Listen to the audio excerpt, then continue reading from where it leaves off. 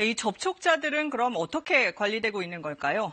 이 보건당국은 확진 환자와 가까이 있었던 사람들을 일상 접촉자 또는 밀접 접촉자로 분류합니다. 이 보호장구 없이 더 오래 가까이 접촉했다면 밀접 접촉자, 또 정도가 약하면 일상 접촉자가 되는 겁니다. 일단 모든 접촉자들은 능동 감시 대상이고요. 이 능동 감시자에 대해서는 보건소가 잠복기 동안 하루에 2번 전화로 증상을 확인합니다. 이 감염 가능성이 더 높은 밀접 접촉자는 추가로 자가격리를 해야 합니다. 이 잠복기인 14일 동안 다른 사람과의 접촉을 스스로 삼가야 하는 거죠. 지금까지 확진자 11명 가운데 환자와 접촉을 해서 감염된 사람은 모두 4명입니다. 이 가운데 6번째 접촉자가 자가격리를 하지 않은 상태에서 감염이 확인된 건데요. 그런데 이 6번째 접촉자가 자가격리를 하지 않은 데에는 보건당국의 실수가 있었습니다. 송금환 기자가 보도합니다.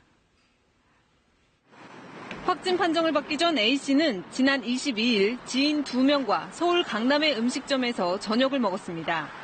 나흘 뒤 이 가운데 1명이 신종 코로나 바이러스 확진자로 판정됐습니다. 다음 날 보건당국은 확진자와 1시간 반 동안 함께 밥을 먹은 A씨를 일상 접촉자로 분류했습니다. A씨와 함께 식사할 당시엔 증상이 없었다는 확진자의 말 때문이었습니다.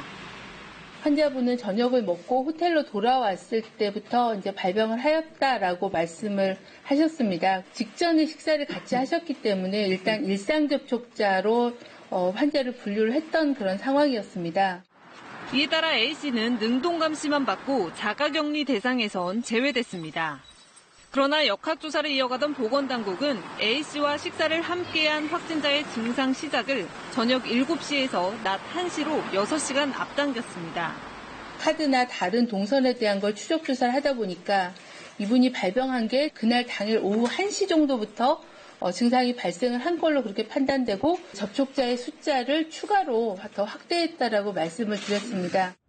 역학조사를 하는 과정에서 확진자가 증상이 나타난 시간이 앞당겨지면서 A씨는 밀접 접촉자로 조정됐습니다.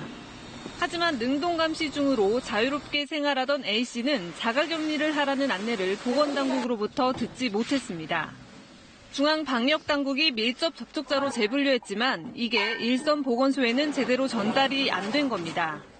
밀접 접촉자로 저희 내부적으로는 분류를 했는데 이 부분이 보건소로 정확하게 그 통보가 정확하게 전달이 되지 않은 걸로 지금 판단하고 있습니다.